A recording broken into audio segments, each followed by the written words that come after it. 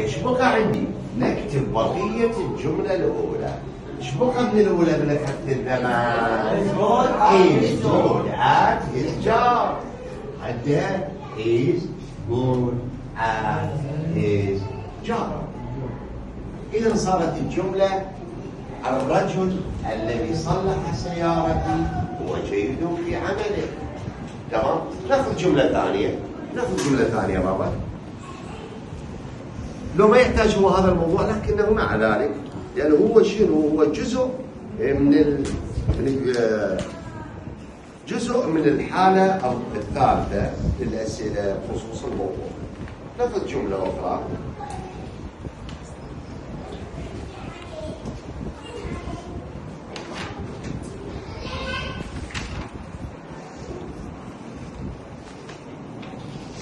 Okay. The man is called a butcher.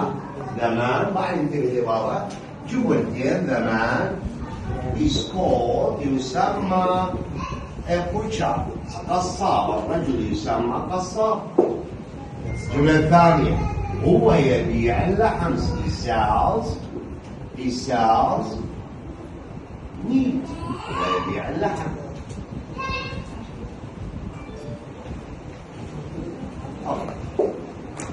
شي يريد من عندي join with who أو use who أربط who. الرجل يدعى قصاب. هو يبيع اللحم. أنا بالمعنى أعرف الرجل الذي يبيع اللحم يسمى قصاب. لكن أتبع القواعد هاي. أكتب فاعل الجملة الأولى اللي هو تمام. اثنين شو اسوي؟ هو. ضمير الوصل المطلوب هو. اوكي.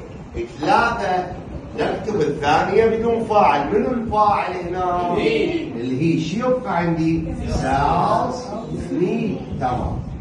كمل الجملة. نكتب بقية الأولى شو أخذت منها زمان؟ ايش بقى عندي؟ is called يدعى أو يسمى.